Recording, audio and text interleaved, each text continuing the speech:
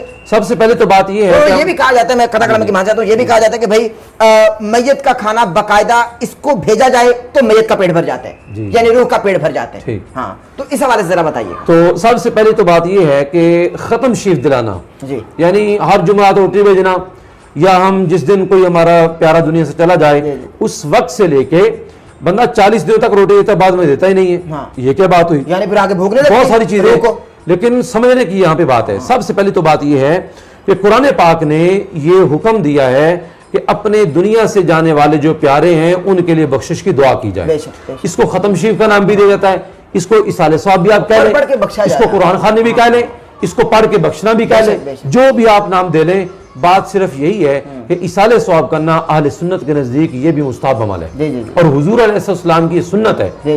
اور اس کی بات میں آپ کو قرآن پاک سے عرض کرتا ہوں, جناب ابراہیم علیہ السلام جن کو جد الانبیاء کا لقب دیا گیا ہے, اور حضور علیہ السلام نے فرمایا ہے کہ یہ وہ میرے دادا جان ہیں کہ جن کی دعا سے اللہ نے مجھے اس دنیا کے اندر اللہ نے مبعوث فرمایا ہے. اور حضور فرمایا کرتے تھے کہ انا بشارت عیسیٰ انا دعوت ابراہیم و بشارت عیسیٰ, کہ میں جناب ابراہیم علیہ السلام کی دعا اور جناب عیسیٰ علیہ السلام کی میں بشارت بن کے آیا ہوں. وہی ابراہیم علیہ السلام جو دعا اللہ کی بارگاہ میں کیا کرتے تھے, انہوں نے سورہ ابراہیم کے اندر اللہ تعالیٰ نے آپ کی ہی کی دعا یہ کوڈ فرمائی ہے کہ ربنا اغفر لی ولی والدیہ, اے اللہ مجھے بھی بخش دے اور میرے ماں باپ کو بھی بخش دے.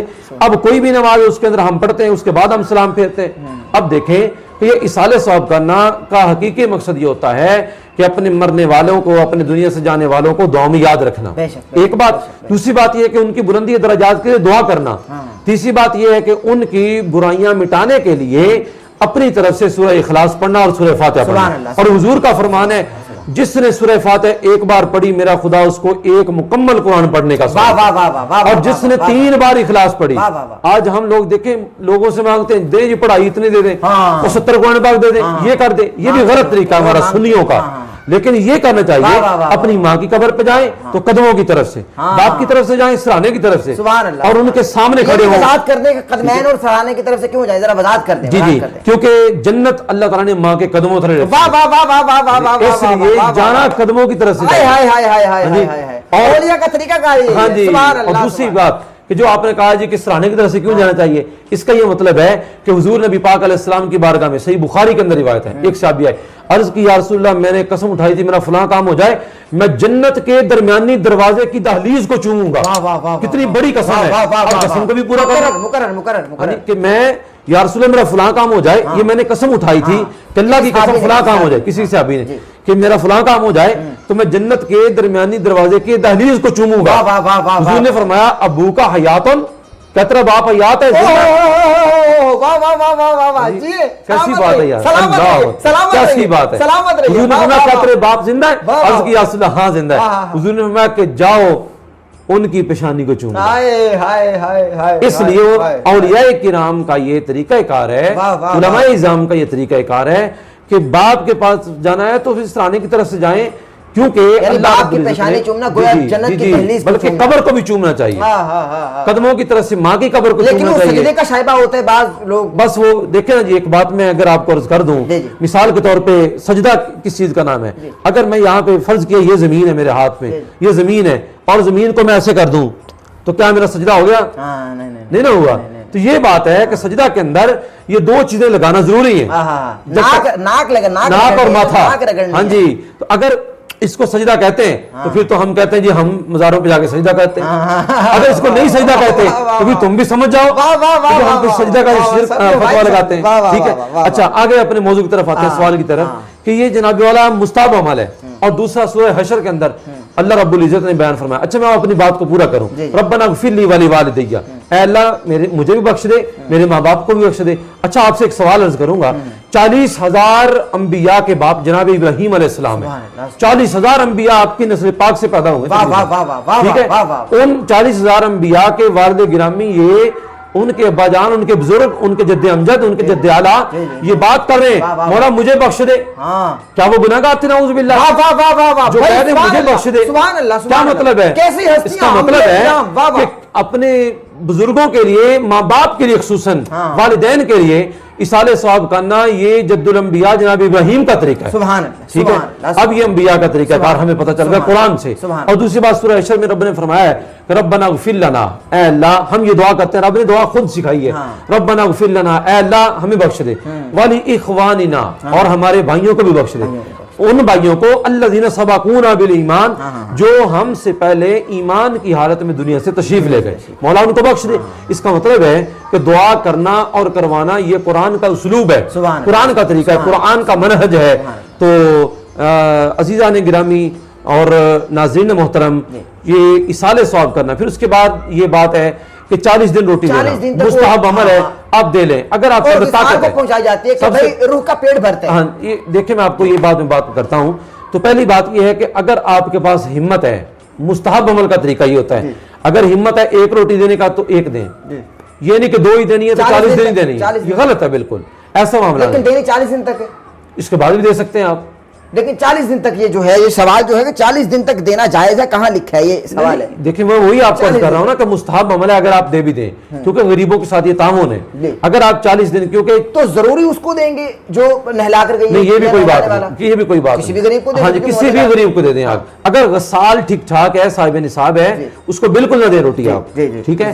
ہاں وہ دیں آپ، پہلے بھر بھر کر لے کر جا رہے ہوتے ہیں، اپنے ہمساؤں کو دیکھیں، 10 گھر دائیں بائیں آگے پیچھے دیکھیں، جو غریب ہیں ان کو دے دیں، 40 دن تک تو مستحب ہے، ہاں جی، اس کے بعد آپ دینا اس کے بعد دے دیں تو کوئی بات نہیں ہے۔ صاحب اس میں پھر جائے نماز اور لوٹا وغیرہ بھی دیا جاتا ہے؟ جی یہ بات ہے، دیکھیں کوئی بھی چیز آپ صدقہ کریں گے نا جی، سب سے پہلی بات کوئی بھی چیز ہے وہ آپ کپڑا ہی کسی کو صافہ ہی کیوں نہیں لے کے دیتے، سر کے اوپر باندھنے والی دستار ہی کیوں نہیں لے کے دیتے، ایک ٹوپی لے کے دے دیں، کوئی کسی طالب علم کو ایک کپڑوں کا جوڑا لے دیں، ٹھیک ہے، کسی غریب کو جوتا دے دیں، کوئی بھی آپ معاملہ کر دیں تو یہ اصالہ ثواب ہے۔ یہ نہیں آپ کہہ سکتے جی لوٹا نہیں رکھنا وچ، ٹھیک ہے، یہ برتن نہیں رکھنے، یہ غلط بات ہے۔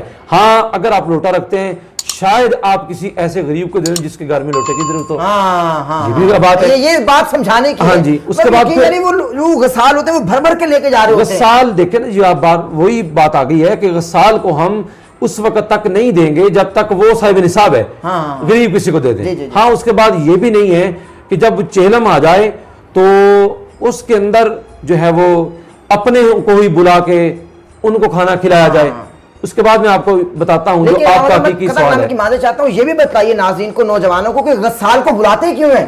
جی خود غسل دے دیں، بتائیے ذرا۔ جی خود غسل دینا چاہیے، خود کیوں نہیں، تاکہ ہمیں بھی ہماری اولادیں خود دیں نا۔ ماں فوت ہو جائے بیٹی غسل دے، بہو غسل دے، باپ فوت ہو جائے تو بیٹے یہ کو سوال تو چاہیے، پیدا نہیں ہوتا نا اگر خود بندہ غسال بن جائے۔ جی بالکل، اور خود غسل دینا چاہیے، اگر غسال رکھیں خود نہیں طریقہ کار، اس میں کوئی حرج نہیں۔ لیکن پھر بھی ایک بات میں اور ناظرین کو عرض کروں گا خدمت کے اندر کہ اپنے قریب علماء کرام کے پاس جایا کریں، علماء کرام کے پاس، یہ ضرورت ہے، یہ وقت کی ضرورت ہے، وقت کی بہت ضرورت ہے، اور اچھے عالم کے پاس جائیں، ان سے جا کے 5 منٹ روزانہ، اگر 5 نہیں ہے روزانہ نہیں تو ہفتے میں 2 بار چلے جائیں، یار ہفتے میں 2 بار نہیں تو کم سے کم ہفتے بعد ہی چلے جائیں۔ لیکن علامہ صاحب ان کو دہشت گرد سمجھا جا رہا ہے نا، یہ غلط بات ہے۔